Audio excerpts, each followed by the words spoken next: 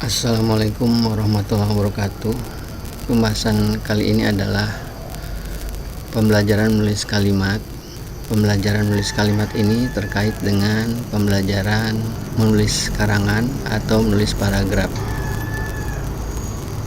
Siswa bisa memilih salah satu tema ini untuk dikembangkan menjadi karangan. Setelah siswa memilih tema, siswa dapat menuliskan kalimatnya di papan tuli. Ini bisa dilakukan dengan cara acak misalnya, atau dari bangku satu ke bangku yang lainnya, atau berdasarkan daftar kehadiran.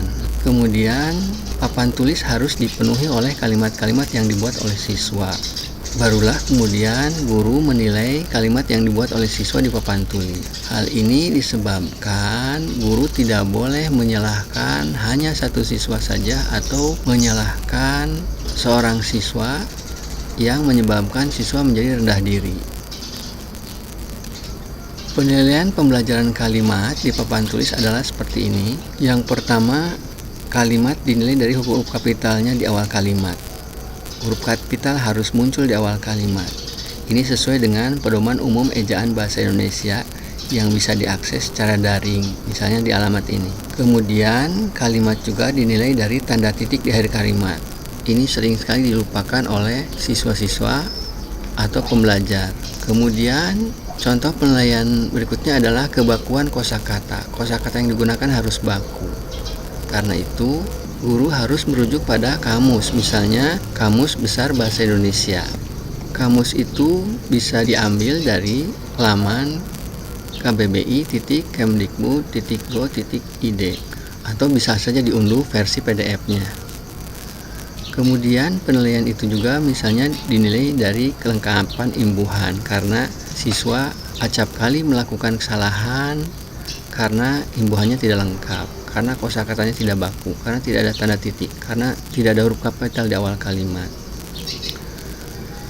Kemudian kalimat siswa juga misalnya dinilai dari penggunaan kata depan dan imbuhan yang benar. Kata depan harus dipisah, sedangkan imbuhan harus disatukan.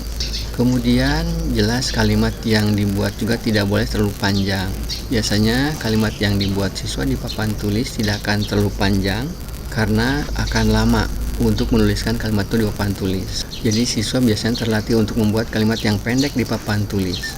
Tetapi ketika siswa menulis di kertasnya masing-masing, biasanya siswa menulis kalimat yang cenderung panjang. Misalnya panjang itu juga diantaranya dengan pengulangan konjungsi, kemudian lagi, lalu lagi, setelah itu lagi. Ini harus dihindari. Kemudian guru bisa juga memberikan pembelajaran kalimat. Misalnya ada kalimat aktif pasif, kalimat berdasarkan kategori predikat, pola kalimat, kalimat berdasarkan ketransitifan, dan kalimat majemuk. Kalimat berdasarkan kategori predikat ada kalimat verbal, nominal, adjektival, numeral, dan kalimat frase preposisional. Pola kalimat itu ada 8, tetapi dengan memahami 4 saja, maka akan bisa memahami ke-8 berikutnya hanya dengan menambahkan keterangan. Kalimat berdasarkan ketransitifan ada 4, yaitu kalimat transitif, intransitif, semitransitif, dan bitransitif. Kemudian pembelajaran kalimat majemuk dengan mengajarkan konjungsi. Ini bisa diperoleh dalam pembelajaran sintaksis. Ada pada video pembelajaran sintaksis. Siswa menulis kalimat di papan tulis. Kemudian guru mengevaluasi kalimat-kalimat yang dibuat oleh siswa itu.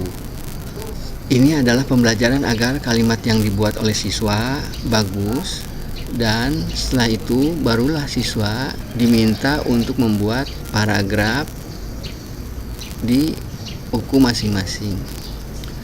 Demikian pembelajaran menulis kalimat. Terima kasih. Wallahul muwaffiq ila aqwamit thoriq. Wassalamualaikum warahmatullahi wabarakatuh.